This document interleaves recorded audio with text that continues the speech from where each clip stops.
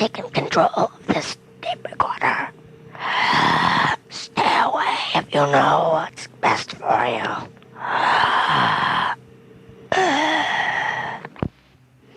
am standing here with David Lewis around the corner of Eastern Main in New York City. David, have you got anything to say for yourself? Oh, yes. He has just tried to hurl himself off the Empire State Building, but he was caught. By who? By an elderly man. Elderly man. He has squashed the elderly man. David, what do you have to say for yourself? The guy deserved it. Oh, that fire hydrant hurt. Well, we're going to sign off now. David? I'd just like to say, happy trails, Felipe. Yeah, Felipe, you're one in a million. You're listening to 91 Reasons, a journey into the twisted landscape of pop culture. Keep your hands and arms inside the podcast at all times. And now, the voice, Jeff Tucker.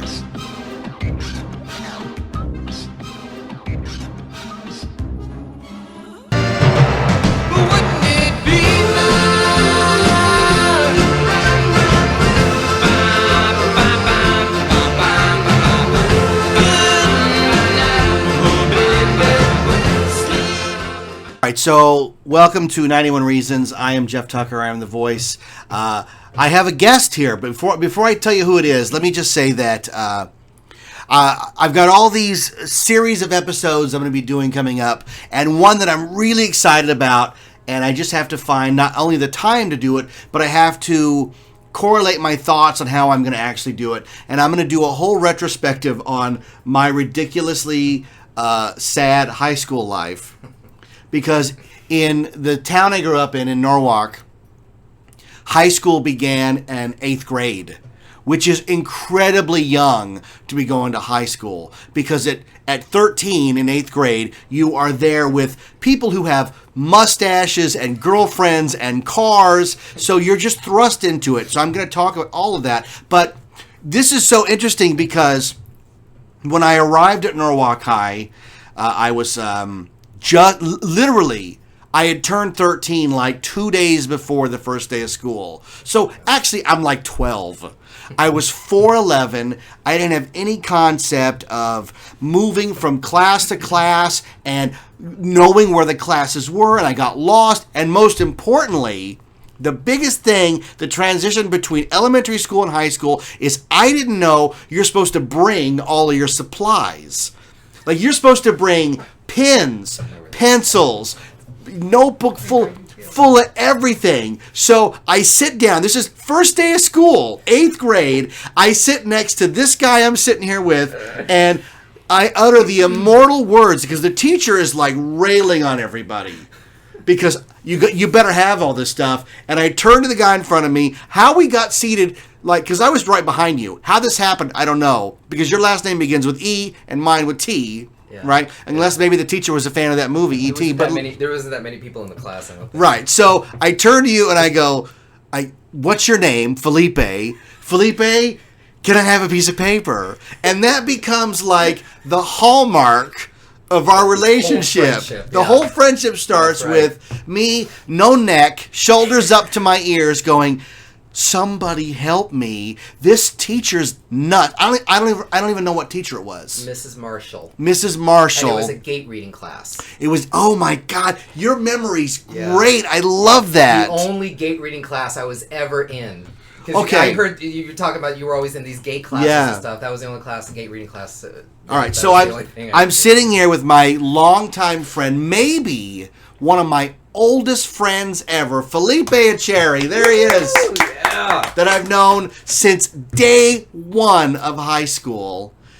31 years. Yes. Lent me a piece of paper, saved my butt from the awful teachers because my mom sent me to, like, it's not like they do now. When your kids are going to school now, they send you like a paper like Hogwarts. You're going to need an owl, a wand, like you're going to need all this stuff, and it's like $100 worth of stuff. That amazes me. Back in 1984, you just showed up and they expected you to have all this. Yeah. Now my mom, to her credit, gave me the crap like I didn't need. Like she gave me a lock for gym and like everything. You didn't. Lunchbox. Yeah, I had a lunchbox. Like what the heck? Like a thermos full of soup. Like, she gave me enough stuff just to get beat up with, but not the stuff that I needed. Like, I needed a Trapper Keeper full of stuff, and thank God you were there. You were all up in my Trapper Keeper. That's all. And your mom knew what to send you with. Yeah, I don't think my mom. Yeah, probably. I don't know if my mom actually got that stuff. I don't know. But you were always prepared. You had to have the college-lined paper. You had to have pens. Because remember, in high school, if you try to turn something in pencil, they'd go, "What is this? We don't want this." And I'd have to walk back to my desk and trace the whole thing over in pen. And then erase it. Man. I hated high school so much. Yeah. I'm going to get into it on the other show about it, but the first class I had was, you know all this stuff. Who was the math teacher who was also a football teacher?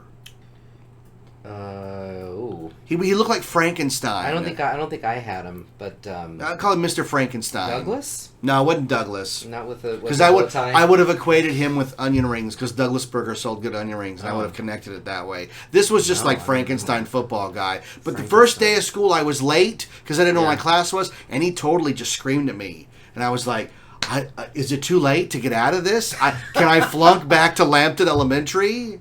It was funny though about high school is that was because it started in the 8th grade. That was the longest you were ever in high school. It was 5 years. Yeah, 5 total. 5 years. Where you have like a junior high where you do 2 years and you do 3 or 4 later on. But they didn't have.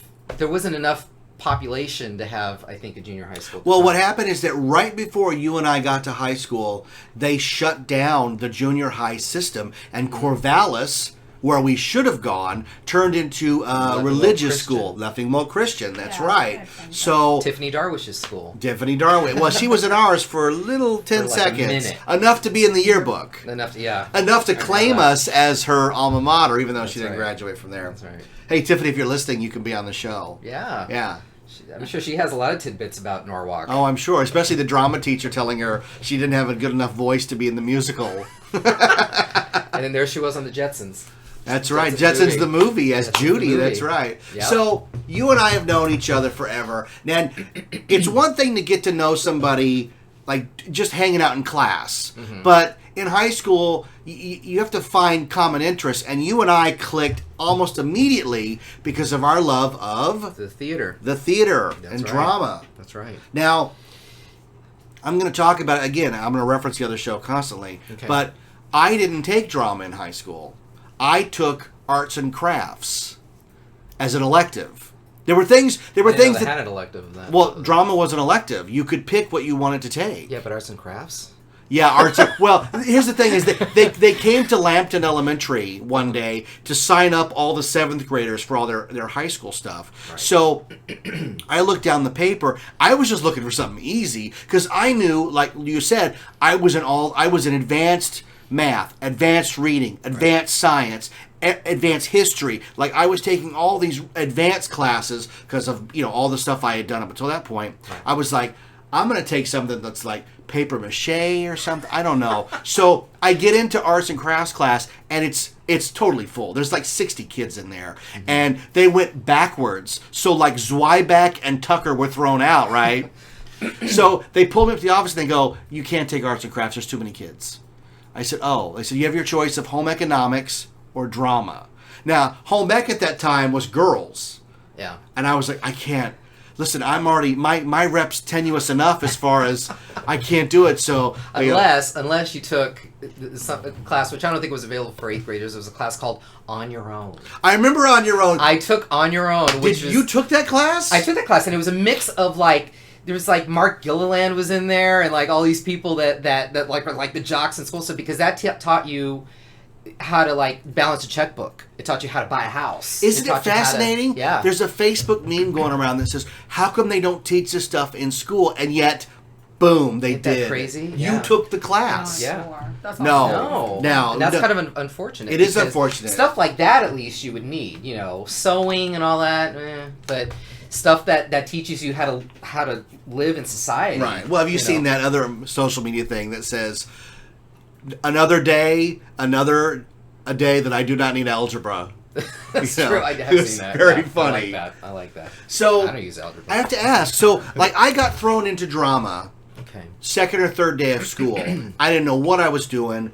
I didn't even know if I liked it. Now, I'd done plays at elementary level, but I don't know if it was something like, because, you know, when you get into high school, the idea that you're going to be here 8-9 hours, it's like, I'm going to take extracurricular activities and stay here even longer. Are you out of your mind? But then hormones kick in, at least for me, and it was like, wait a minute. All these girls are going to be hanging out here after school in the play? Oh, that's a great idea. Yeah, right. So I ended up auditioning and got a part in Grease. Now, you weren't in Grease. I wasn't in Greece in the 8th grade. I didn't do anything extracurricular. But I think at the time, because I was kind of a shy kid or whatever, but I loved, music. I loved, I never thought about acting, but I think I in a way, I wanted to express myself artistically somehow. But then I'm thinking to myself, well, I was conscious of the fact that I was a real shy kid, and so I didn't know how to go about that until one night. My sister and I went to go see Grease, and she was the one that encouraged me. Let's go see it. Let's go see it. The one at the high school. The one at the high school that you were in. Oh, that's awesome! I didn't know that. Yeah, and so that's what that post was that I put on Facebook because I was paying homage to all those people that were in that show, or at least trying to. Okay. And who did you play in Grease? I didn't. It was not a character It was It was a non. student? I was Jeff Winky. Someone they made up, and every scene I was in, I got beat up by the greasers. Give me back my lunch. Yeah, I remember that scene. Yeah. But they liked it because they wanted me in the show because I had high energy and I was fearless. I didn't care what I did on stage as long as I was on that stage. Right. I was going to be in the show. So I was constantly coming up with like bits. Yeah. Every time we would do a scene, I would do something in the background, and then I get a note, do that again. So that's that's how that whole part came about. Now, was that Tim Contreras that directed that, or was it? It was Maggie, Tim, and Dave Smith. I remember Dave. Yeah, Smith. Dave Smith. I'm still Tim Contreras. Both. I know both of them on Facebook. Oh, I got to look up Dave on. Oh Facebook. yeah, Dave's a really accomplished artist. Oh, okay. He does a whole strip that I try to promote every once in a while. He's great. Oh, good for him. I ran into him at WonderCon. It was like, you have no idea what you meant, you and Tim both, because we looked up to you. I mean, Maggie was a good leader, but she wasn't a role model. No. And they're not always inclusive. Yeah. But when I went to see it, I was, at that time I was 14, and I thought that what I saw was just great. It was just like awesome production. Yeah, I was sure. just mesmerized at that age by what I saw and just enchanted by it. And I remember seeing Jeff Tucker. That's that kid in that gate reading class, and I just remember that they had a band there, and it was like everybody was really into what they were doing. Because in my mind, a school play was like what you do in elementary school, where you just kind of robotically say your lines and all that. So I was really impressed with it, and I thought, well, maybe I'll do drama next year. I'll sign up for drama class. And I remember taking drama, and it was right at that moment that the first day of class, she says, we're having auditions for Joseph and the Amazing Technicolor Dreamcoat. And I had no idea what that was, because I didn't know anything about musicals or any of that. And so I just remember that she tried to get the class, encourage them to audition. So she taught us that little Go, Go, Go Joseph piece that we all had to sing at the audition. And I didn't even know at the time whether I could even sing or do any of that either. So I learned it. It was like a few bars, and we went to the audition. You were there. David Lewis was there.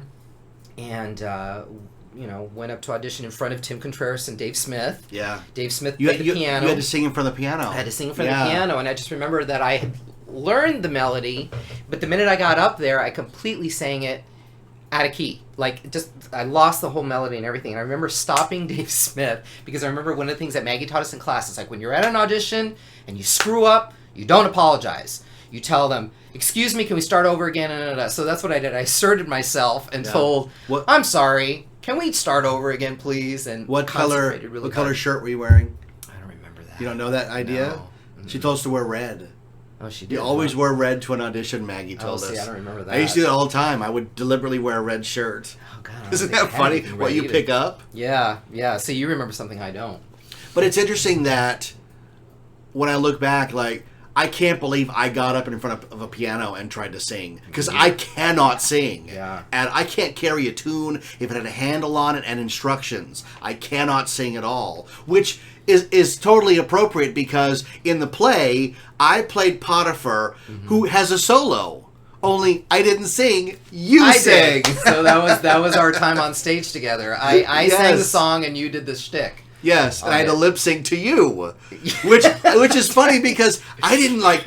Are you okay lip syncing to Felipe? Well, sure, the guy can sing. I can't sing. Much to my surprise, because I remember Tim telling me, you know how you can sing through your nose like those old radio singers. Yeah. Can you do that? And I said sure, because that was like, to me, that was like imitating something. I didn't have to like rely on a singing Oh yeah, voice. no, it was a character voice. It was a character voice, and I had my little takes the edge off of it. right, and I had the flappers in front of me, and just I remember I was a little nervous about making quick changes because we had to do that during Joseph. Yeah, you had to do that. Oh, me too. Yeah, that's when I look back at Joseph. The only memory I have is being in that dressing room backstage, stage right, and I've got 90 seconds to go from being one of the brothers to being Potiphar. And Potiphar wore a leopard skirt, a tuxedo jacket with no sleeves, no shirt, and like cuffs and a collar like a Chippendales dancer. Yeah. Because I was supposed to be like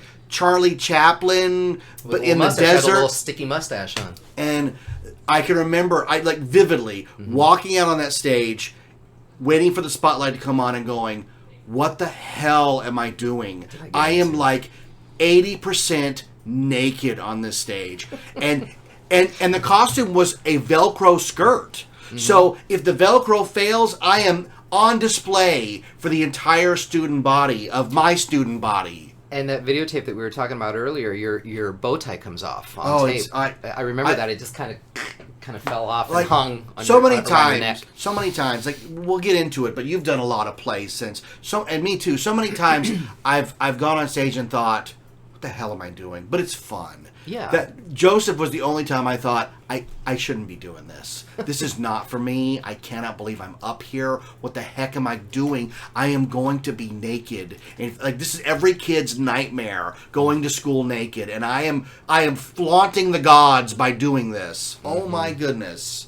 Yeah. Or even worse, there's pretty girls everywhere, and I'm in a little I'm going to embarrass myself, if you know what I mean. Like, what? Oh, I have no idea how they And I have an anecdote about that I'm going to talk to you about later. I'm going to talk about later about something that I had to do. I was in a production of Full Monty. Were you and really? I had to drop my pants, yeah. What theater? This was at Cypress College, and this was just 4 years ago. Because my friend Robin did Full Monty. Yeah, but I wasn't one of the principals. I was one of the guys that goes into audition. In the movie, he's kind of a pathetic character. Reg Willoughby was his name, was the character. And so he comes in because he needs the money. He has his kids waiting out in the car, and he comes in to audition. And so he kind of does this. I made up this dance called the Reg dance, which was kind of like this stiff, kind of like little twisty kind of thing, because I was really awkward. And then I have to turn around, and I had to wear tighty whities and drop down to drop the pants down to my knees, and then I have to say, oh, I'm sorry, I can't do this. But I had to moon the Cypress College Theater, which is a huge theater. Sure, and we had a big turnout for the show. Yeah, Robin would tell me that the first time you do it, you're terrified because you don't believe, because how they do it is they switch the lights. Yeah. So that you're all in shadow, right? We did that too. Mm-hmm. So he goes, you're trusting the lights. And he goes, and the men are totally naked. Yeah. There's no ifs, ands, or buts, pardon the pun, about it. And he says, by the 10th performance, you're ready for it. Fine, and I'm like, Robin, you're a bigger man than me in more ways, because I wouldn't do that in a million years. This was junior college. I was surprised that they actually took it that far. Oh, man. But I think for me, it was because I was facing, I was facing upstage, so I wasn't facing the audience. Yeah. No, so I was kind of doing this. They've got the hats off, dun dun dun. Oh, and I was doing this to music and stuff. So yeah, so that was about the extent of my flesh, And then later on, when I did a production called Once on This Island, where I played Agwe, the god of water, and it was all Caribbean and stuff. And so I was shirtless and and I was barefoot, and I had to wear this, like big cape thing, so I was covered a lot. And I remember we had to do. They took us to do spray tans because they wanted us to look. Oh, God, I did that. We were supposed to do it 3 times. I did it twice. Yeah. And that was it. I said, I'm not doing this anymore. I did a You guys are gonna show. have to deal with Lily White Ogway. I did a show at Knott's one time where I hired this girl who had to appear in a bikini, and she's like, I have to go get a spray tan. I can't do this without a spray tan. And I was like, whatever makes you feel better about. I mean, I wouldn't do the bikini. I'm happy you're doing it, and we'll pay for it, whatever you want. Yeah. You know, but that's see, I don't get into that. But you're in good shape. I'm in terrible shape. No, I'm not in good shape.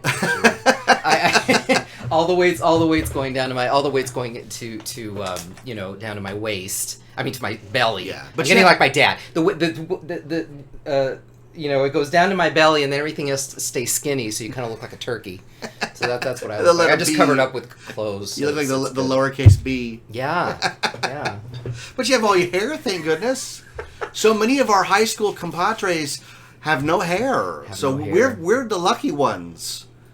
And a couple of chins. Yeah, well, well, would you trade it? No. Would you want to be a svelte? Nobody, you know what? Nobody is 140 happy but with bald? the way they look. Yeah, I'm of not course. happy Yeah. With, No, Rachel and I always saying this. Your hair is much thicker than mine is. Seriously, because my hair is actually thinning. I brush it. Yeah. I don't put product in it because you can really see the scalp. Anyway, we're diverting, aren't we?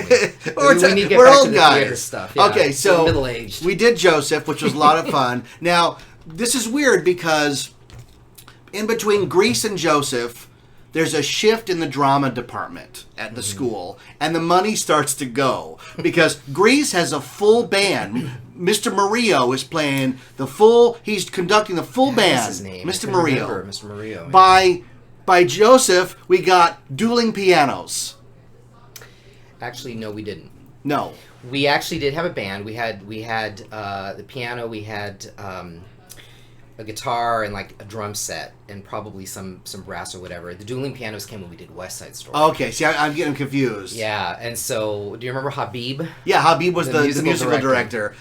He was a tyrant. Yeah, he was. He didn't Yeah. even take no nonsense. He Thank didn't- God, because Oh, sure. we were, There's 40 kids acting like animals. idiots. Yeah, yeah. So You those know. music rehearsals were something else because that was my first time looking at sheet music where things were in parts. It's like, oh, Well, that's the part we See, sing, not that we could read music or anything. you're already doing more than me because when I did Grease, it opens with the alma mater song. The as I go traveling down life's highways, Yeah. whatever.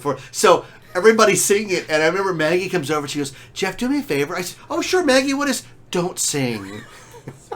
So I'm just lip syncing when the curtain opens. Oh no. So I didn't. Okay, the joke is I didn't sing in Grease.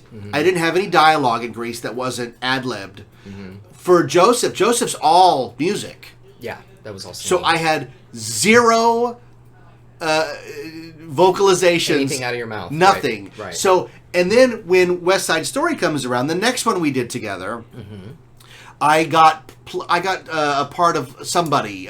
Baby John. No, I wasn't cast as Baby John. I was like Jet number 8 or something, right? Yeah, but you had. I remember that you had lines in West Side Story where I don't know if it was Baby John or Arab or whatever, where the two kids come and they're like, I'm scared. Yeah. Something or other. That had to have been some part because the no names didn't have any dialogue. But I didn't get that part till Stevie dropped out. Oh, I see. Stevie Reale Vasquez was cast as Baby John, and he got something big and had to go away. They cast him as Baby John. He should have been a shark. Well, yeah, but It's a little too ethnic. I think, for to play a jet. So but whatever. Finally, doing Officer Krupke and the scene where they're scared, I was like, it took me 3 plays, almost 3 years, to get a single line of dialogue spoken on stage. Absolutely ridiculous. Yeah. And I was jealous of you because you played Doc. I played Doc, and it's funny looking back on it now. Because initially what Maggie wanted to do is she wanted to cast actual adults in the adult roles. But through the faculty, but they, people were busy, they didn't want to do it. Oh yeah, sure, I'll do it. And then they never show up for rehearsal. So, and I wanted to do, at that point, I thought I was a serious actor. I was 15, okay? I was like, I want to be a serious actor, right? So I want something, dramatic. And so I said, I think I told Maggie that I wanted to play that role. And so finally she gives it to me, and I remember we had this choreographer. Her name was Rose Batista. Oh my God, I remember her. Because she was a friend of John Cope's. There's a picture of her from the yearbook or something I've seen. Where she's choreographing. Where she's like in spandex and her hair up. She had this fire red hair that was all curly and everything, and she was something else. But she did our makeup, and I remember she did like old man makeup on me, and she had like the gray thing that she put in my hair, the stuff that you see in that picture. And so she she was the one that did me up. And I just remember thinking to myself, I was so into it. Yeah. That I wasn't thinking about how I sounded or how I looked or anything. Because I remember Maggie coming up to me and looking me in the face and look in my eyes and see what I'm feeling, this whole exercise and whatever. So that big scene at the end where Maria is dead and Tony comes in and Doc knows that she's dead because this is what the rumor. Yeah, that's the big scene of the whole play. The big scene, and he says stuff, and I haul off and hit him across the face, and I remember Snap my line out was, of it! "Wake up!" Yes! Oh my God! I was so into it that when I yelled it, my voice cracked. So I remember hearing the audience laughing at this, and I was like, and this was opening night, and I thought to myself, what are they laughing at? What are they laughing at? This isn't funny. This is supposed to be serious and stuff. And years later, when I saw that videotape, I realized what it was. And Wake up when it's time to change. It's time to change. That's what it was. And when you're at that age, you're serious about your craft. Oh, quote, sure, unquote. yeah. You think, man, I want them to take me seriously and stuff like that. But looking back on it now as an adult, you're like, that was laughable. I remember this. Remember the scene where don't they try to rape Maria? Yeah. And they throw me on top of her. It was Anita. They try to rape her by throwing her down, and then they take me and they throw me on her, right? Yeah. And I was like, this will be great. I'll land on some chick. It'll be great. So they lay her down on the wooden piece of the set, right on the corner with her legs akimbo on each side, and they drop me on the point corner, right on my knee. I thought I was gonna die, and I was like, worse. "Oh yeah, it could have been much worse." And I was like, "What are you guys doing? You're trying to kill me." Yeah, kill me. That was, the thing about. Well, you know what? I wanted to go back. What was your? I want to ask you a question. Yeah. What was your when we did that run of Joseph, the first play that you and I did together? How was that for you? Like, what did you feel comparison to Grease? Because Grease had a good turnout. Yeah. Whatever. Joseph had a pretty good run. Well, here's the for thing. His 3 days. I thought doing Joseph. I thought for Grease, I was a kid, a little tiny kid. Yeah. So there's a little bit of maturity that comes with puberty and getting one under your play under your belt. Right. So doing Joseph felt, and remember, Joseph was a big production. Yeah. Martha's mom made all those costumes. There was a new costume. Which I still have. We didn't bring anything in for that show. Nope. There was no... Our shoes. There was no garage sailing of it. Right. You guys got to pick up this and pick up that. So I felt like, wow, we were all I am uniformed. part of something. This is a real. I mean, I'm in the the club. Yeah. It's the Thespian Society. I'm earning points towards my thespian pin. I just felt like I'm finally part of something outside of my house. And unlike you, I hadn't been in Grease or any of the productions before, so this is my first thing ever. And that was huge for me. Big production. And I didn't realize, as you find out later on in life, that nothing is really consistent. So when we finally got to do West Side Story, I thought, oh, this is going to be just as good, and it's going to be great, or we're going to have an orchestra, or whatever. Yeah. And it was not that. We were talking before the show started that West Side Story, for every reason, was just dark. The play's dark. The production of it was dark. Somebody got stabbed during it. That was dark. Yeah.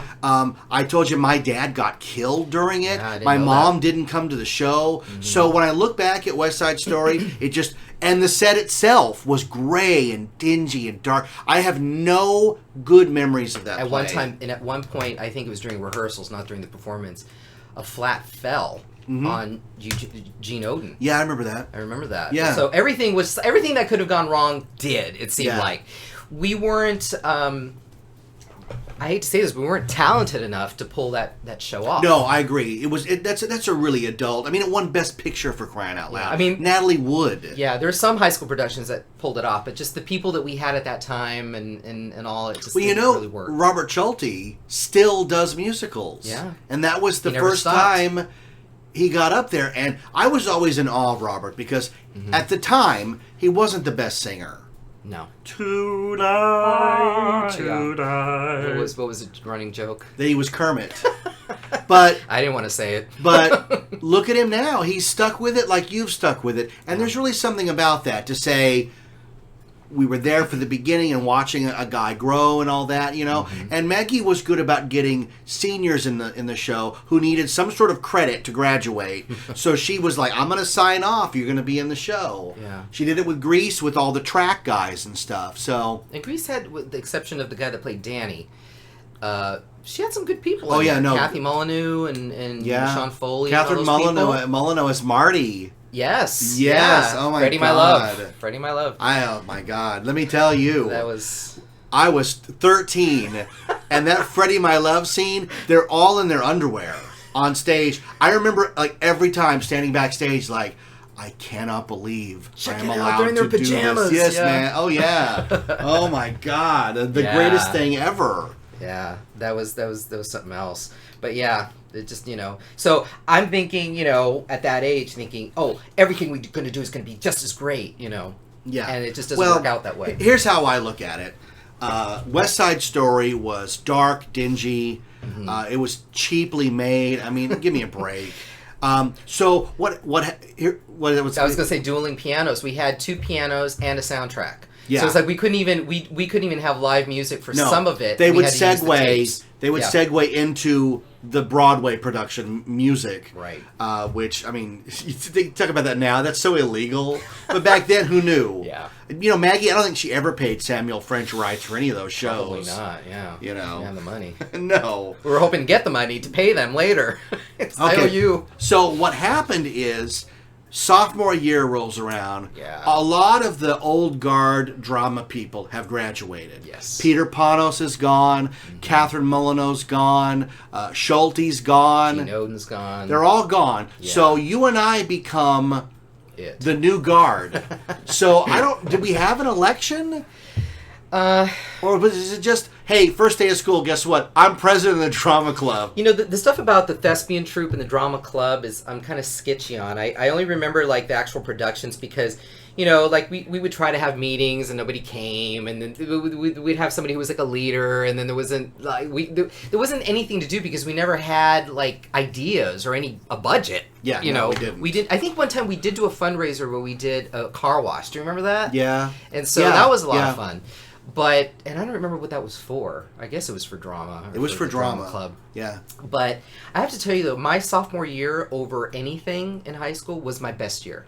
Sophomore year was a good year. That was a good year. And that was the year that you and I basically took over drama. Mm-hmm. And in more ways than one, we said, look, there's going to be some changes around here. No musicals. No musicals. I said, it's not fair because most of us can't sing. And even more importantly, we can't afford the music, to bring the music to the show. That's extra So money. I begged Maggie, let's do a play. regular For the play. first time ever. So we did Charlie's Aunt. Charlie's Aunt. Charlie's Aunt. And, you know, looking back on that now, and that's, for people that don't know, this is a 3-act British comedy farce. Yeah.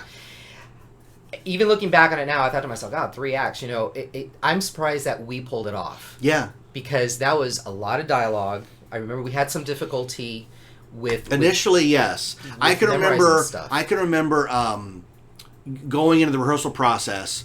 I played the lead for the first Yeah. time ever. Like suddenly, I'm the lead. I'm the straight man, even more than that. Mm-hmm. So I remember going in the rehearsal process a little confused. Like, I don't know how to. I can't lead this show. Mm-hmm. I can't find the character. So Maggie took me aside and said, "Stop trying to be, you know, Sean Connery, and be you. Just go up there and be you." And God, it's so vivid sitting at that little desk for the first scene of the play. Instead of playing it straight, I played it funny, and suddenly the whole characterization fell in. It came out. Yeah. Yeah, you thought you had to be a leading man. Yeah, and instead I just needed to be me. Yeah, So it really helped. And that's why you got the role. That's because yeah. that really worked. And that play scared me so much. Oh, yeah. We had so much dialogue. Yeah. So much was depending on timing and the execution of those lines, and I had to kiss a girl in the production. I was terrified. Oh my God. And the first girl dropped out, and I was like, I must be terrible. Yeah, I don't remember who that was. Shannon or something. Oh, Shannon. Yeah. Shannon Duncan. Shannon Duncan, that's right. Yeah, she dropped out. She dropped out. We and got they brought in Susie. Stevie's cousin. Yes. Susie Aranda. She was great. She was great. I mean, everybody in that show was great. It was a solid cast. Oh. Steve headed it off as Lord Fancourt Babberley. Stevie Real is my best friend. You as Mr. Spetague. Mr. Spetague. Great play. Great play. It's that a was fun play. We all had to do what we thought were British accents. I think we pulled it off. But it wasn't until, and this is what I wanted to talk about, it wasn't until we got to previews. Because, we would rehearse a show, and then before it would open, we would do previews, which was great because we got to spend the whole day out of class. Yes. To do the play for all these different periods that would come in to watch it. Those were great days. Those were great days, especially Charlie Zahn. I'll tell you why. Yeah. First of all, the previews really, I think that the classes that came in to see it were really impressed by what we did. They were really impressed by what we did, and that was the first time that I actually had people complimenting me on campus. People that I had classes with. I remember I had football players walking by. I remember there was this guy named Eddie Molyneux, Kathy's brother. Yeah. Who was class of 87. I remember he walked by and said, "Hey man, good job, good job." God, that must have made you feel like top of the world. I was like, wow, and even the principal that we had at that time when we did the run of the show, he came up and said, "You got quite a career up there on the stage, young man," something like that.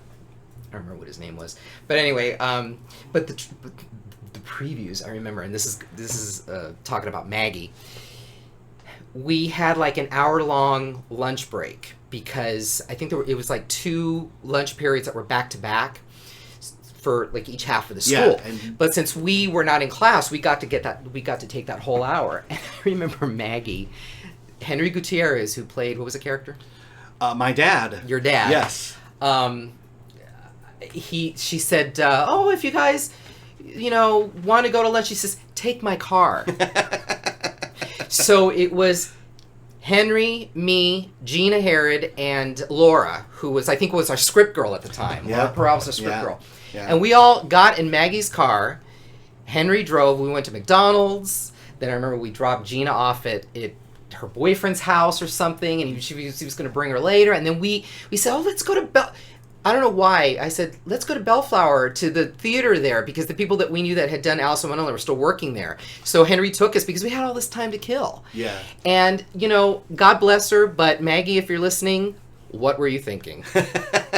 Because if I were her, I wouldn't even lend my best friend my car. No, much less students. But she trusted us so much. Different time, man. Different time. And I remember she just trusted us. And I remember hearing things on the radio. I remember hearing, when I hear Pet Shop Boys' Suburbia. It was the first time I heard it on Maggie's car radio because someone turned it up. What is that? Oh, it's Pet Shop Boys. Take a ride, run with the dogs tonight. And I remember driving down, I don't know what it was, Norwalk somewhere. Rosecrans, and the Avenue to Bellflower. Studebaker. I remember driving down Studebaker, listening to that song. God, the things you remember. Yeah, I know. Your brain, trust me, I know. Your brain catches all these things. And then we came back and did 2 more scenes from the show, and it's weird because I went to Maggie and said, "Can we cut right before I kiss her?" And have the curtain come down and leave it at like what happens. And she was like, "No." So I just made out with that chick every 4 or 5 times. Poor Susie. Poor Susie.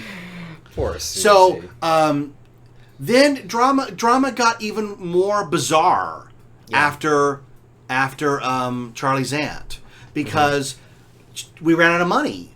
And do you remember the best fundraiser we ever had? Not the car wash? Not the car wash, no. We did a fundraiser that made over $1,000. At the time, it was unthinkable. Was it the One Axe? It was the Haunted House. Oh my gosh! Do you remember the Haunted House? I forgot about the Haunted House. Yes, I remember the Haunted House. Haunted House turned out to be the biggest production we ever did. That's true. And who was at the helm of that? Me. And who? Your friend. Oh, Greg Stone. Greg Stone. Oh, yeah. Oh, yeah. Who you've mentioned before in other shows. Oh, yeah. I was listening to your podcast, and I was like, Greg Stone, I remember Greg Stone. And the stories about him sneaking in the studio. I never knew anything about that. Haunted High, man. Mm-hmm. So we, instead of doing a play for the fall, we convinced Maggie to let us do a haunted house. Right. So we took over the drama room, the hallway, and the multi-purpose room for 2 nights and set up a haunted house and made so much money. And we had a lot of participants, you know, like underclassmen that came to help out because they love doing that stuff. Yes. So it was all about making this stuff. Now, how did we promote the show? This is something I just told this story to a friend who didn't believe me. Yeah. We got in a car and we drove down to LA and we stormed the offices of Kiss FM and said, we're not leaving till Rick Dees comes out and talks to us. And at that moment, the elevator opens, Rick Dees comes out and he goes, "Hey kids," and he runs off. And we're like, that's the guy. That's him. So 10 minutes later, after them telling us, you're not getting in, get out, go away, like the Wizard of Oz, the door opens and he goes, "There's the Wiz. Mr. Dees will see you now." And what did he do? He put us on the air. I remember that. And we did a whole thing about, this is how weird I am, dude.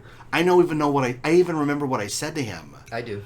I said facade. I said, we got a big house. We have a big house out front. Yes, because I wanted to say facade, but I thought no one will know what that means. So I paused and said house. Oh my God. Oh, I thought it was because you couldn't remember the word facade. No, it's because I had that moment of no one's going to know what I'm talking about. It's too weird. Too weird a word.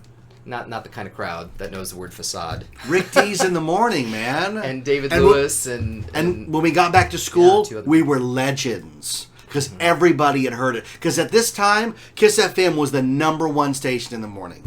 Now you have an audio cassette of that, don't you? Somewhere in the archives. I can't find it. But you own it. I think I do. Okay. I have all of my K-Rock stuff. Because Okay. I used to make a lot of prank calls to K-Rock. But when I put those together in an episode, I realized that it makes me look like a real jerk. So that episode's never going to see the light of day. That would be cool as a cut-in to this if you could find it. If I wish, Yeah, but God but- only knows where it's at. Yeah. Because it would be on a tape with like 90 other minutes of stuff, Of you other know. stuff, so it's kind of hidden away. In Yeah, there. yeah. So, Haunted House was great, and we used that money to further anything that we did because we were out of money. Yeah. That's why we did the one acts. Yes. Because we had no money. And let's talk about the one acts. Go ahead. So there was 3 shows or 3 plays, Mm-hmm. one of which you wrote. Yeah, yeah. So the first one was Los Vendidos, which I had actually already seen because Maggie, I think it was in the 8th grade, they did some sort of Cinco de Mayo festival at school. Yeah, she'd already done it, so it Right. was easy for her. And I remember going in to see this play called Los Vendidos, which was, I forgot, Luis Valdez? Luis was the- Valdez of was the Zoot writer Suit of it? fame. Zoot Suit, right. And I thought, well, that's an interesting play. I don't know who the actors were that were in it, with the exception of Mr. Garcia, who was one of the English teachers at school who was in it. But I remember, you know, again, there wasn't a lot of, you know, ethnicity in the drama class. Oh, come on. You're being kind. We had the most lily white Hispanic people in a show ever, to the point where I thought, we're going to get killed. Even this one. Yeah, we're going to get killed. Even me. I played a farm worker. Terry played a gang member. A vato, a yeah. vato. Mm-hmm. You played the salesman, right? I played Honest Sancho. Honest Sancho. Honest Sancho. Who sold Mexican robot people. Who were all stereotypes. Right. Yeah. And that was fun. That was fun. I got to Give us the line where you go, he has other features. I don't remember. That's any all of your the dialogue, from man. that. You don't remember Yeah. how do you Do you power have a script somewhere? No, it's all in my head. No, I how don't. do you power I remember your dialogue and everybody else's. but not your own. But not my own. But how do you power the Vato? You don't remember? No, I don't. He runs on Lucky Lager beer, Taco Bell tacos, and leños. And she goes, leños, moto, marijuana. I remember saying something about your huaraches. He has he wears the top of my sandals. He wears wears what? 2-ply Goodyear huaraches made from tire I tread. didn't remember my dialogue. Because I'm stupid. No, you're not. I think that's great because I remember the dialogue that you had to do. Yeah. Yo vendo barato y que. I sell myself Huelga. cheap, so what? I sell myself cheap, so what? Yeah, and huelga, hermanos, salgan se diez tus files. Brothers, that? strike. Let's get out of the... all the time. I say it all the time. Ay, mamosoto cachota bien pa acá. That was Steve's line. Yes. And he because he didn't know Spanish, but He played did the progressive Hispanic guy. he played the revolutionary. Oh, okay, you're right. Revolucionario. Who was the progressive in the suit guy? That was No, was that Steve? No, that was Aaron. That was his brother Aaron. Oh, my God, Aaron you're right. Paul was in it. Yes. That's hysterical. Yeah. Oh my God. And you find out at the end that Ana Sancho is the actual robot. Yes, Everybody else is just in to get the money from Miss Jimenez, Becky Blanchard. Becky Blanchard in her stage debut. I just remember Becky Blanchard having this humongous thick head of hair. And well, it was the 80s, man. Everybody had Stacey Q hair. She put it in this big, like, French roll to play this role and stuff. And she's like, oh, I can do this. I'll put my hair up like this. And I have this suit that I can wear for the role. She had a power suit with shoulder pads. Those were all her clothes, yeah. So, that was funny. We did another show that same night called Lone Star. Yes. Which is a one-act play about two drunks talking about the first time they lost their virginity, but it's so ridiculous. Well, no, one of them was a Vietnam veteran, Steve played by Steve. Steve, yeah. And I have to tell you, Steve did a phenomenal job. Oh yeah, Lone Star it's a great show. It's just not for kids. No, it's not. It's dirty. Yeah, but he was so good in that. And Aaron played his brother. Yes. And he was like the little brother, Who did I play? Do you remember? You played the friend that sleeps with his wife or something like that. And wrecks his car. Yes. The village idiot. And what I remember, though, was that your hair had been long or something, and your sister had cut it. And all she did was she cut it like straight this way, right? Yeah. And so you kind of had like this long hair. It was perfect for the role because it was kind of like, because it looked like a white mullet. trashy kind of thing. Sure. And I just remember that something about you went, shoot, there goes one, there goes another. I can remember what the line was. Yes. Oh my God. Do you remember that? Yes.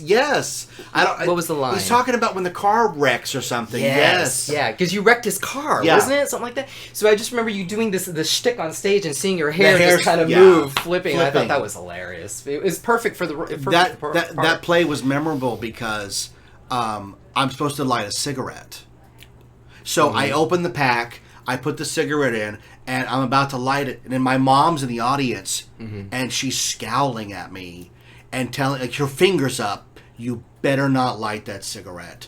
And the whole joke is he has it in his mouth for like 10 minutes and never lights it. Okay, but I can remember my mom being very concerned that I was going to light that cigarette. Yeah. So then the third play that we did that night was the first time I ever really wrote something. I wrote a one-act play called Party Line. We took it to competition, and then we performed it at the theater. And it was about three guys on the phone having sort of this crisis about... It was very Breakfast Clubbian about relationships and love, and one guy's got AIDS. Do you remember this? That was your character. It was so ridiculous. I think you kind of rewrote that a little bit. Like you at first it was cancer, and then it was AIDS. Yeah. I was being topical. Yeah. But I that was another good... I remember Terry Hathaway did a good job in that. Yeah. And it was... the football player. It was weird, too, because it had no blocking. Yeah. It was three guys, three little mini sets who never moved. So it was 25 minutes of pure dialogue. I was nuts to do that. But you know what? It worked. Yeah, I can remember Maggie talking to me and going, we've had a lot of students come through here who tried to write a play, and they never did. And you got to play. You did it. And I just was like, I can do this. Yeah, two of them. Yeah. Which we'll get to later. Yeah, so the sophomore year rounded out like really good. I felt really good. That was also when I actually started singing a lot. I was with the choir group, and we had a madrigal group, and we did competition and stuff like that. So, collectively, everything that I did that year was great. That's why it was a great year. Yeah. And it was just fun, everything. So was what just did we cool do about junior that. year?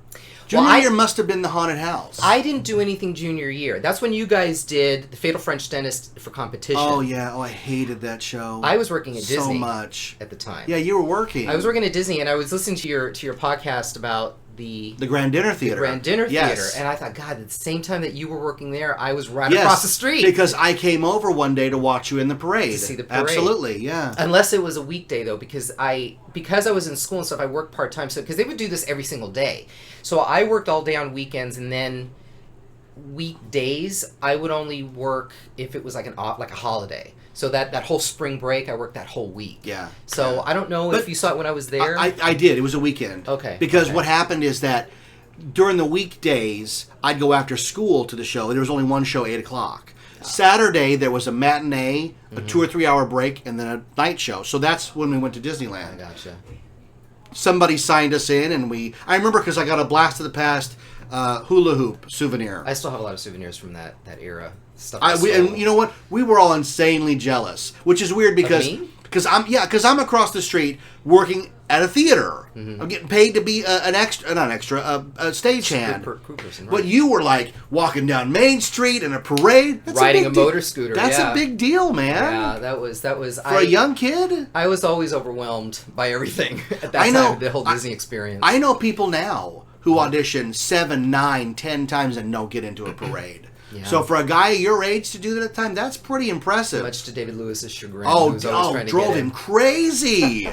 He had to come up with even more outlandish stories about what he was doing. Which he really wasn't. Do you remember that's a different show. Do you remember we took a bus trip up to L.A. to do something, and out the window we saw Whoopi Goldberg on a motorcycle. I wasn't on that. You weren't on that. I remember you telling your version of the story, and I remember David's version. Yeah, well, that's what I'm saying is that we saw Whoopi Goldberg on a motorcycle. That's the whole story. Yeah. And by the time David tells us, he's having a conversation with her out the window, like, what are you doing? And she's like, I'm going to play basketball. And I'm like, I don't remember any of that happening. That's Rachel, someone's at the door. We have fingers coming in like a horror movie. Yeah, we're leaving in just a minute. Yeah. We have one more story to tell. Yeah. Because we're at senior year.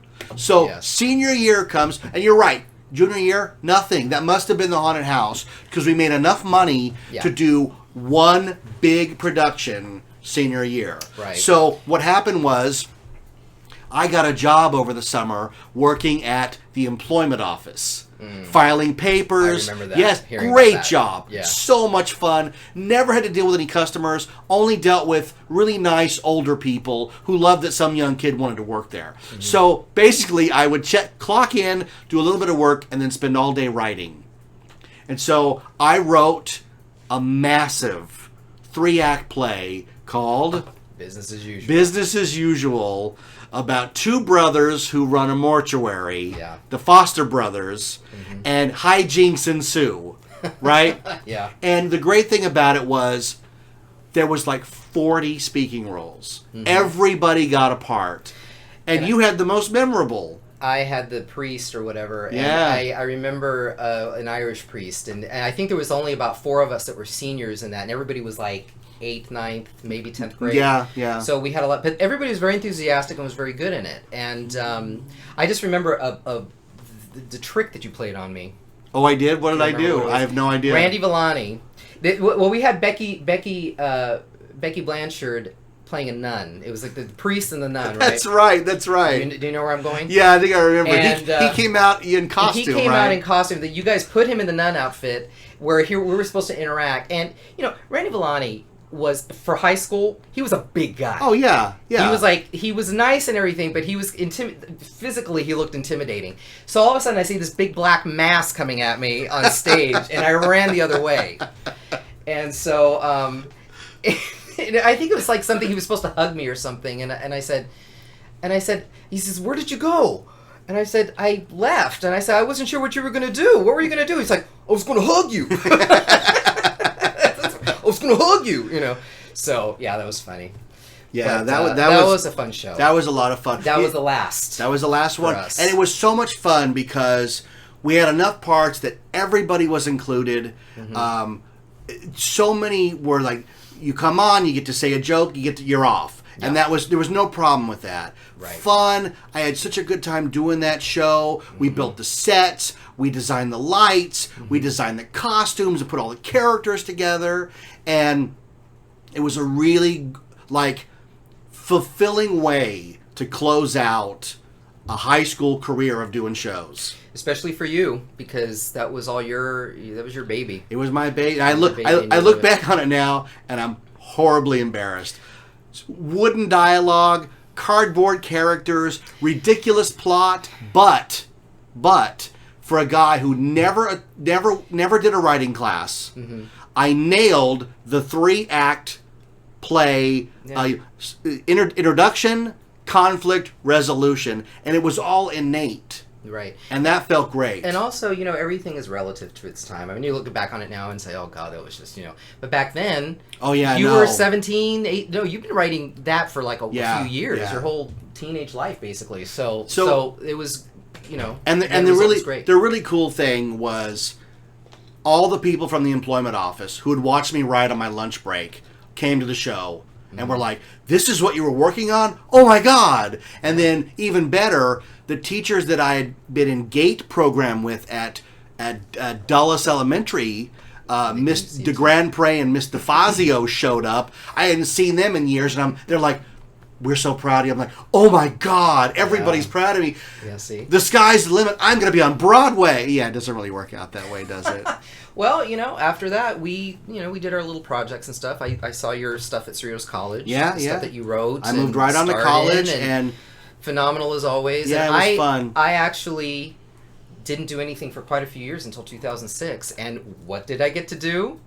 Grease. There you go. To come full circle. We've come full circle. That's right. Circle. That's and great. I got to play a teenager at 35. Yeah, well, if it was good enough for the people in the movie, it's good enough for you. Right. And ironically, I was the eldest of the Greasers, the actors, playing the youngest character. Playing Duty, the youngest. Because I was the shortest, too. Yeah, so that's funny. It was like, so yeah. So and ever since then, every now and then I, it's not my vocation or anything, but it's kind of fun. But you still have the bug, which is great. Yeah. And you have the time to do it. Yeah. And you've done like web series, and have you done a movie? I mean, you're all over the place. Well, it's you're infamous famous. I got to be involved in a web series which actually got me into the Screen Actors Guild. That's which fantastic. Is a big deal. Yeah. Not that I do anything with it, but you got it. I get the how many screeners people to from vote high for schools? movies and stuff. Yeah, so how many people can say they have that? And you get the screeners. I'm so jealous. I get the screeners, but a lot of them are downloaded now. Oh, I know. Yeah, so it's kind of like, they're not going to send it to me. Yeah, but yeah. So and from that, I just recently was working on something called Child of the 70s, which is another web series, and I don't know how they called all these people in. Susan Olsen, Judy Tenuta, the guy that played Isaac on the Love Boat. What was his name? Black guy. The one that played the Ted. bartender. Ted Lang. Ted Lang. Oh my God. They got Bruce Valanche in this. They had Donna Pescow in the first season. I'm like, how do they, And so I came in to be a background extra, and it turned out it was the scene that Susan Olsen was in. So I got to meet her and that's great. Do all that, and I'm probably going to do that again next month. Well, but it's a SAG production, so I can actually, because now the thing with that is that independent films that are non-union I can't do. Unless I either change my name or they not credit me. Yeah. So I got So it's every good now and then bad. if I can do. I mean, I don't have like an agent or anything like that. But it's just an experience, and it's fun to be included in that. Before we wrap it up, yeah, relate very quickly the story you were telling me about listening to my episodes about television.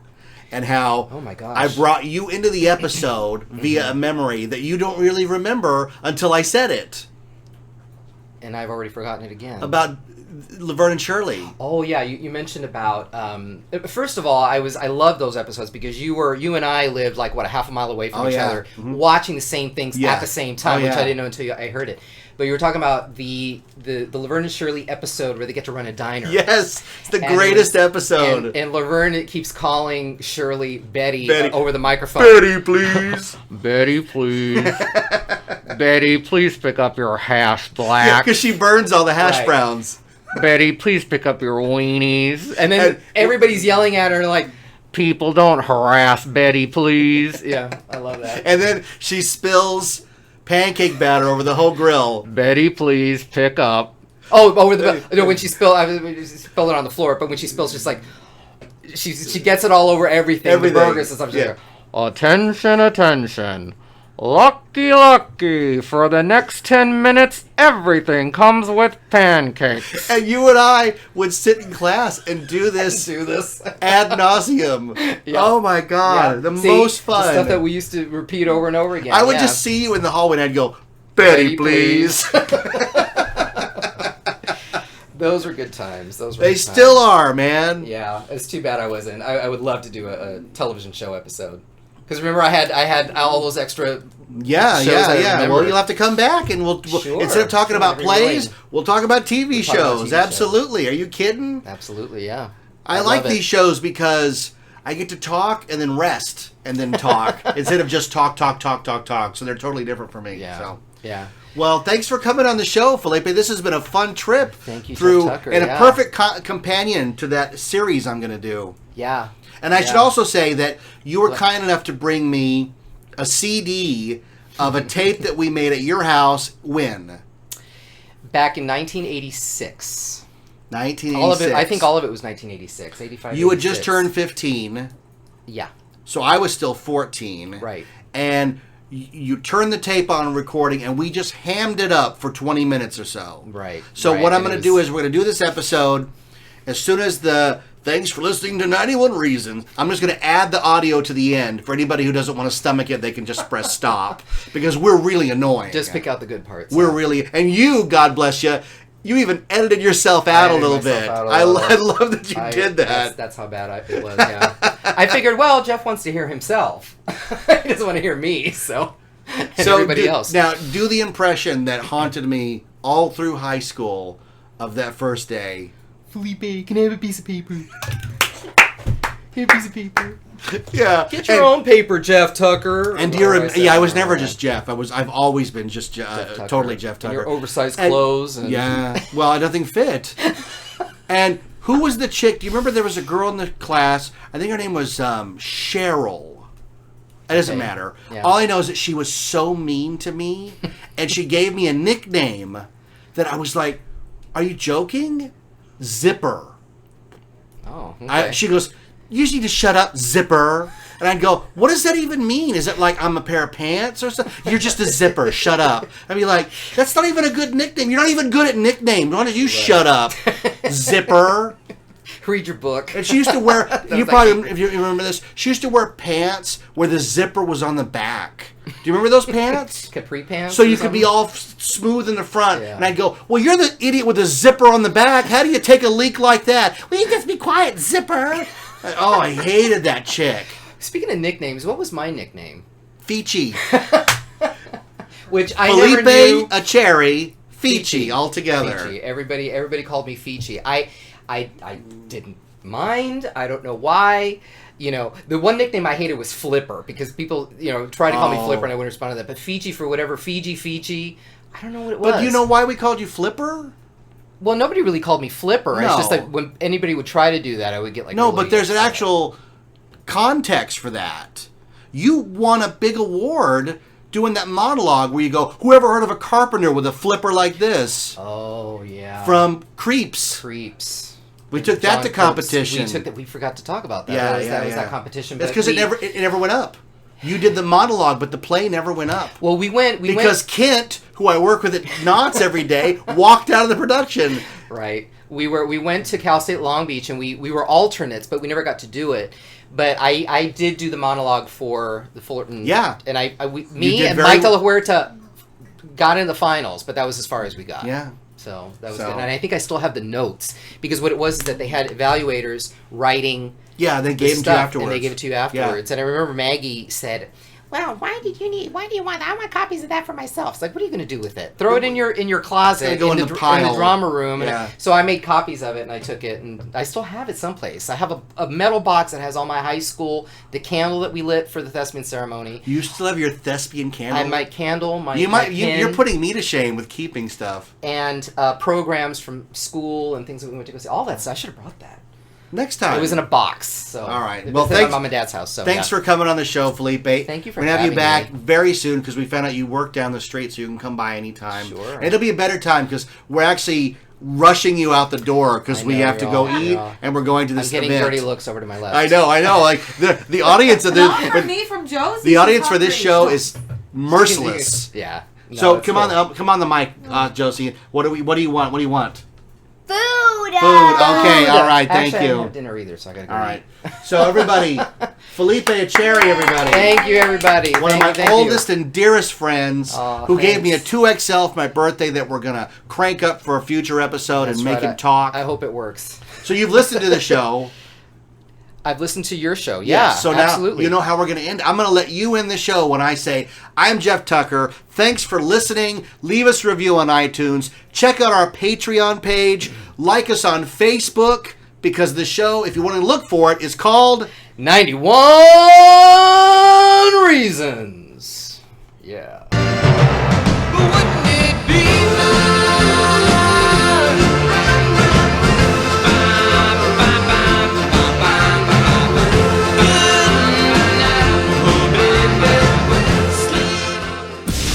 listening to 91 Reasons. Please subscribe and leave a review on iTunes. Find us on Facebook. Is anyone even still listening? Is it recording? Oh, okay. Somebody say something. Loud. What is? Okay. Is it recording? No. Hello? No, do it. Alright. We're at Turn on. We're at Felipe's here. birthday party. Stop. We're at Felipe's birthday party. Okay. Hey, bring this over to my house. She wants us to eat the not cookie good with idea. her face. Bring that at your house. Do you have a tape recorder?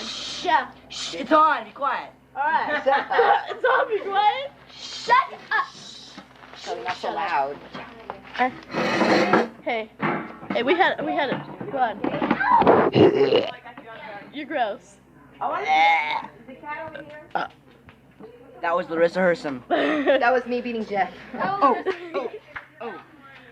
Oh, we have a surprise guest to our party. Tim Curry is on his way. Alright. Some cake? No, thank you. And you? Maybe later. Can I sit in my chair? No. No, you can't sit in your chair, No. Kelly. No, my chair. Ah, she pushes me out. Watch out, here comes Nicholas. Alright. He's walking funny. Nicholas is being beat up by Rick Bromley. Me? Yeah, you. No, that. No! Felipe is taking pictures with the camera. He's pretending he's a tourist. Cake in my hand. Okay. Okay, now go ahead. Okay. $2. Okay. Disneyland. $2. No. No. $2. What?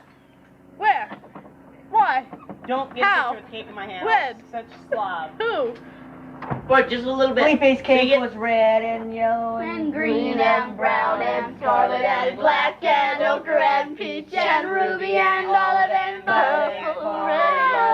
gold and chocolate and mauve. No, and I'll do the, and rusted and No. gray and purple. This is Maggie White. And Maggie. Maggie and orange and blue. Watch, this is Maggie. This is red. Yellow and blue and brown. I'm gonna sit in her chair. And the girls were supposed to be singing first. No, please. Why? 5. 5. Ow. You can sit on my lap. David's sitting on me. Oh no! The party's ruined. Miss Bales is here. Gotta give Felipe's report card. Uh-oh. Oh, please, you got it. It's Monzo. Get away from me! David, quit touching me! Yeah. David, don't touch me! David, you got a referral for looking at me. Who's our worst teacher at school? Larissa Herschel. No. Oh, not student. Talk teacher. Teacher. I like you. Who's the worst teacher? Miss Paula I hate Day. Mr. David. Retardation. Mr. David. I have. Except for Mr. David. Let's do teacher impersonations. Okay. Okay. Mr. Landrip. Waldo. Mr. David. Mr. David is cool because if you get him talking about one thing, he'll talk the whole period. No, wait. Here's Mr. David. Hey, young one. No, that's Mr. Douglas. Instant retardation. Mr. Douglas. Mr. How Mr. Maggie? Benica.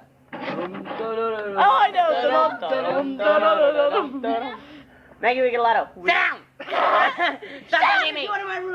Go look at that. No. Get out. Yeah. My desk is beautiful. I don't want to see old ladies with fat butts. Butts. Okay. Oh, this is Someone Maggie. Wait, imitate Monzo. This is Maggie. Watch. On the Waldo. Fear is my life, you know. Okay. Yeah, You get know out my of my life, life. Fear is my life, you know. I don't want Mr. Monzo, get over here. Sit down. Shut up. Leave me alone. You dead class! Bitch! You're stuck! He screams at you when you do something. Yeah. Mr. Soto. Mr. Soto. What do you want? Say robot. $2. I can do Whoopi Goldberg. Which one you want to hear? None. the Valley Girls. Felipe. The Jamaican woman. You guys. Give me a piece of paper, Felipe. Oh, do the No! Wait, don't do Huh? do the Jamaican one. Child, you should see the stupid ladies in the soap operas. They are so dumb. They sit there all day and they go, "What's the matter with Phil? Where is Phil? Why don't Phil love me?" I say, "Turn on your TV set. I know where Phil is." Shh, be quiet. It's tape recording. Oh, shut up. No. Happy birthday, dear. Happy birthday to you. Happy birthday, dear Yellow 32. Ah! Whose birthday is happy Wait, what's that song? Say. We started something big last year or something? Huh? That song, Disneyland? Your favorite. It looks like we started something. Looks like we started something. Looks like we started something. Something we just can't stop. I hate that song. They do such. Everyone wins every day. I didn't hear you. Shut up, Kelly. You got that, you did. Just a dick. That is short. Newsflash. Funny looking A lips. lady is a fat lady. They're is chapped confused and with they're them because pink. The three little pigs went up Needs to a her and said, Oink, "Suey, oink, suey, oink. suey." Mama, mama. I got that from your red tape. Oh, Oh, what's the sounds of love? I was 7 years old The when I sounds did of love. that. Oh, ah. No, speed it up. Speed it up that better. Ooh, ah. It's party now. No, Larissa's gonna have an orgy tonight at her apartment. Okay. Everyone's invited. Except Maggie. David, stay away from my dog. Jeff, when you come over my house, the fish. Yeah, my start sister swimming. barks. Watch out. She bites too.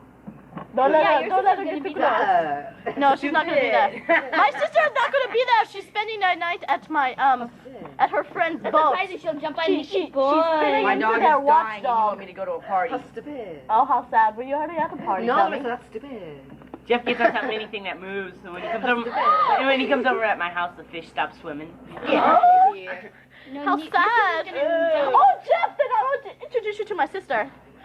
Everything you Okay. ever did. She All we didn't worked even for is be All right, here we gone. go. That's progress for you. All right, shut it. All All right, this is a scene. This is a scene from From West Side Grease. Story.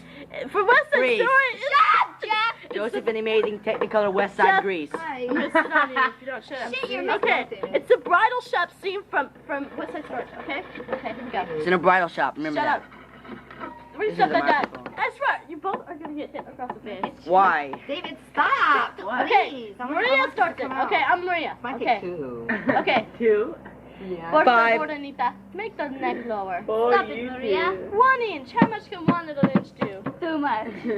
Anita, it's not to be a dress for dancing. No longer Who's getting kneeling in married? front of an altar. With those boys, you can start What'd she dancing say? and end up kneeling. Querida, 1 little She'd inch. end up Una kneeling. poca poca. Bernardo made me promise. Hi, Bernardo. When have I been in this country? They're, Do I for their ever honeymoon, even they're touch going to the a Roach side? Motel. I'm so happy. I sit all night. But what did my fine brothers You gonna play Monopoly? You made it cheap. When I look at What are you Chino, doing? nothing Nothing. happens. In the What back. do you expect to happen? I don't know, something. Forget it. Some just don't have anything fun. They hide their hopes and they're never mind in the sand. Not who is wrong, who is right. Dated, trouble Not. Then all I need is an hour About 10 or minutes. two. David did. We all dream a lot like David. Some are lucky, Some are like some are not. But dream is real. You are what you feel.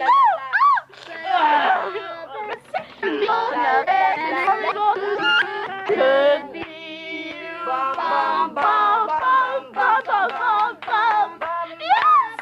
I did it! Praise the Lord! Pause it. Being very Not like silly. we're saying anything that good anyway. Okay, There's okay, one. okay. Let's There's see. one see. more Angel Land. No. No, that's more Let's often. sing tonight. Let's make it David. Tonight, I don't know it. tonight. Telephone. Telephone. Telephone, I'll be right back. Watch out for the big, tongue, lips. Really gross. Like Okay, what Felipe's song? Loud, you guys. What Felipe? Dun, dun, Oh. dun, dun, dun, dun. I don't care. I really don't. I don't care anymore. Just give it down. I'm Long not time ago in a sick galaxy far, I far don't care. away. Norwalk, 1984. I don't care. Your face. In a galaxy far, far away, there's lived a person named And Larissa. Larissa. Dun, Beauty- dun, dun, dun. Beauty and Larissa. Beauty and Larissa. I know. Dave, No. I know where it is. I know. What's that? I know. David. I know. Oh, tiny. We. Just like Jeff. I suppose. What? The lipless wonder. Oh, this is regular and this is David. I'm sure Jeffy, That's Michael gross. J. Fox has lips. Hey, this is Hey. you. No. He's embarrassed now. Do you realize you people are getting sick? No, But again, tiny. You is started the short. sickness. I didn't love start the same. sound. Hey. Hey, I'm full of love. Look at your eyeball out. Stop it, stop No, it, no, stop it, no, please, no, please, no, please, please, please, no. Now, why Felipe's gone? Felipe's left. What's this? Felipe is a really, really strange. Lame. Felipe, you won in a million. This guy's really. Okay. Wait. One, going. Start the over. population growing. And the money No. owing and the babies crying and the bullets flying. I like that in Manhattan. Smoke on your pipe and put Help that me. in. I want to live in Puerto Rico. I like to be in America. America. Okay, by Born me in in America. Born Everything in free in the USA. America. First smoking in America. I like the city of San Juan. We're listening to the wrong interpretation of the song. You're gonna sing. Do not sing it like these people. in each room. Thank you. Automobile in America. Skin in America. White folk in America. Everything in America. I think already. Okay, wait, we're being weird. That one, but cool. Do you know that? We're being weird, and we can't be weird no more. We have to Oh be serious. no! We have to be Then David and serious. Jeff have to leave. Hurricane. Ah! Will you stop making it the recorder at me? Hurricane. Dude, it looks like you're kissing it all the time. Those Yes. starting dancing and then He I mean, I'm gonna find out what's so strange about this. I mean, where the my hell do you grandfather's. kiss anyway? expect to happen. Where's the microphone? Right, that little thing's a microphone. That microscopic thing is a microphone. Yeah. Shit, how does my voice get through that thing? Shit. Cool. Ah! You counted it now. Ow! Ow! Not my leg. Anything with my leg. Ah! I wouldn't do it with your leg. I mean, serious. Serious. I wouldn't do it. I mean, at least the ankle. No, not the ankle. To bury the dead. Oh. Bury the Bury the dead. Miss Rigolatos. This is bury the dead. No! Don't fool yourself. Kids want to help our marriage. My God, now mother say left I'm us. born and he beats the Hey, wait, fuck out of his kids. we'll do our Perhaps thing for it Star Search. Go ahead, David. Okay. Do something weird. David, don't. Do our Do thing for something Star else. Search. Do your thing for Star Search. Let's see if there's No, one. I hate that thing. It was dumb. I want to do this thing here. I don't. Let's not say we did. There is hyperventilating. No, that's not hyperventilating. Ringo. This is hyperventilating. Somebody punched her in the stomach. She must hyperventilate a lot See, during school. see, listen. She hyperventilates whenever she sees Baxter. Wait, hit her chest. Oh, Wait, I could have had a V8. No, hit no. my chest. I could have had a V8. No, hit my chest. No, here, we'll hit, This is hey, good. we'll hit Kelly's chest. Hey, I know. We'll have a secret plan. We'll go over to Richard one day with a pin and pop him. All right. Hey, what kind? Oh, get rid of Robert Baxter. Wet his lips and stick him on the roof. No, you can wet his lips, yo. Let you that's do that okay. job. Okay. Baxter. I want to sing this. No. Wait, we're gonna sing a song here.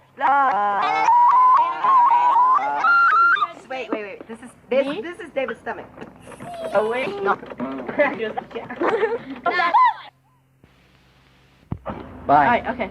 Alright, this is a scene the bridal from scene the bridal scene from bridal scene. West Side Story. West Side Story. Alright, Jeff Tucker's gonna be Coming soon, Jeff East Side Tucker's Story. gonna be No, Bernardo. I'm not. No. David Lewis is gonna be Bernardo. I am. Felipe's gonna be Chino.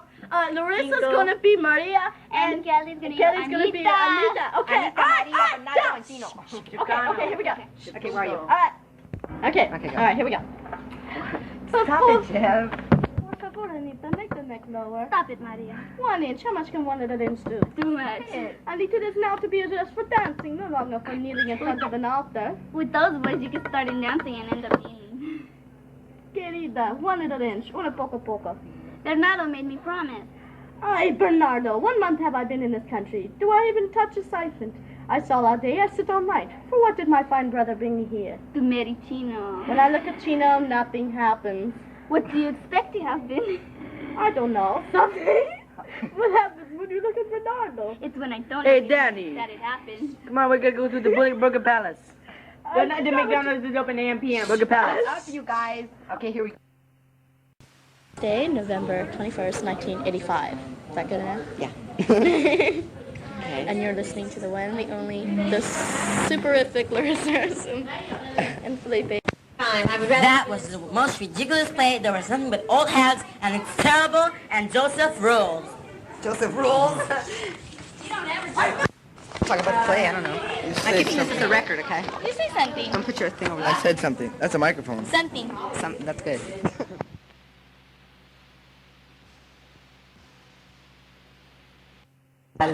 Your entire life. That was the first play I've ever saw totally cast. Review it or what? Yeah. It sucked. Just play now. It sucks. East LA. East LA. No, it's East LA. David LA. We're all gonna pay a tribute here to a good friend. He passed away last night. David Lewis. Get the crisp. A man, more than a man, a nation. More than a man.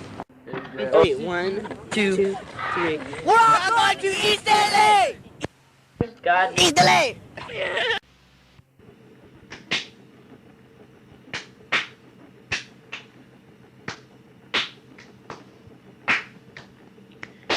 Encore.